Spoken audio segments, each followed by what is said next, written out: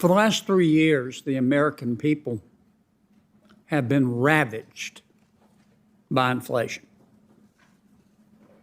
That inflation, like all inflation, is man-made. That man's name is Joe Biden.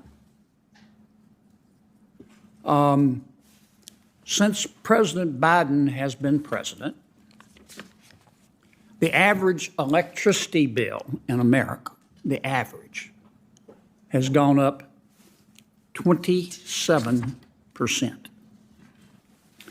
Louisiana gasoline, I know every state is different, but Louisiana gasoline under President Biden is up 59%. Eggs are up 79%. Bread, 30%. Coffee, 30%. Milk, 15% under President Biden. Ice cream, 26%. Housing in general is up 19% because of President Biden's inflation. Clothing, 12%.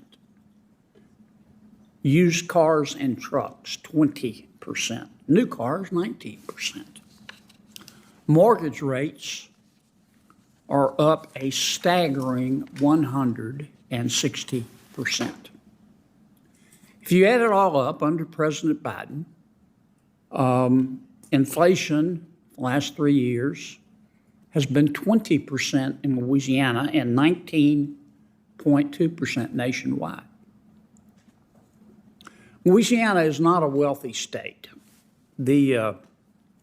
The median household income in my state for a family of four is between $55,000 and $60,000 a year.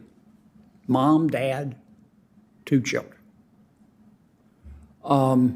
That's not a lot of money when you think about it. A working family, mom and dad both work. They both have to drive to work, so they have car payments. They have a house note. They have to buy food. Sometimes they have to pay tuition for their children. As a result of President Biden's inflation, the average family in Louisiana is paying today an extra $900 a month. That's almost $11,000 a year.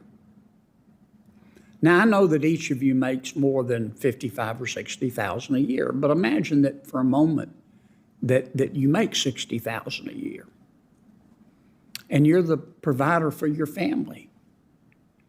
And all of a sudden, you've got to find an extra $11,000 a year. Wow. You know, you max out your credit cards, you go through your savings, you've spent all your STEMI checks long ago. Inflation is gutting the American people like a fish. It has become a cancer on the American dream. And quite frankly, that's why President Biden is polling right up there with hemorrhoids. I mean, the American people can't sit down and explain to you the difference between disinflation and deflation. The American people, they don't read Aristotle every day. They just get up every day and go to work and obey the law and pay their taxes and try to do the right thing by their children and maybe save a little money for retirement. But they're really being hurt. Now, why? Because President Biden has spent money like it was pond water. It started with the American Rescue Plan, the infrastructure bill, the CHIPS Act, the Inflation Reduction Act. He has spent trillions and trillions and trillions of dollars, money that we had to borrow.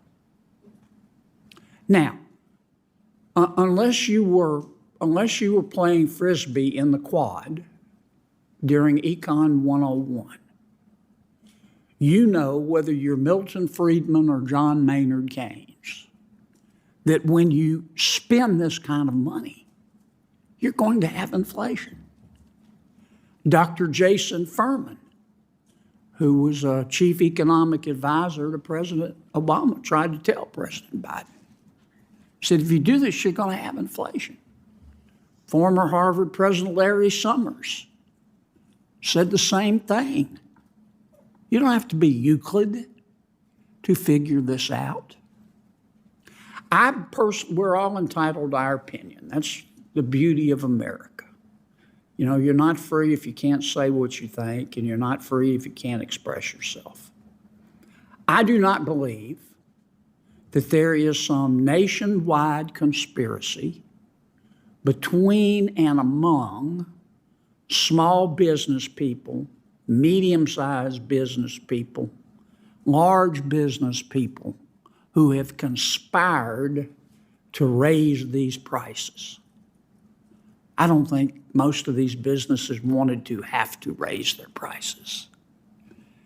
They did have to, though, because their costs have gone up dramatically. And you don't have to look any further for the reason than 1600 Pennsylvania Avenue. And I think the evidence bears that out. I don't blame President Biden. I don't blame him for trying to get reelected. I don't. Okay. When I run again, I'm going to try to get reelected. I don't blame him for trying to blame inflation on somebody else. I get that. But the truth of the matter is he's blamed inflation on everything but murder hornets. And we've still got time left. He may blame them on murder hornets. But the truth of the matter, it's his own economic policies. And his own economists tried to tell him this, and he wouldn't listen. And the American people are paying the consequences. They're going to have a say, though, this November.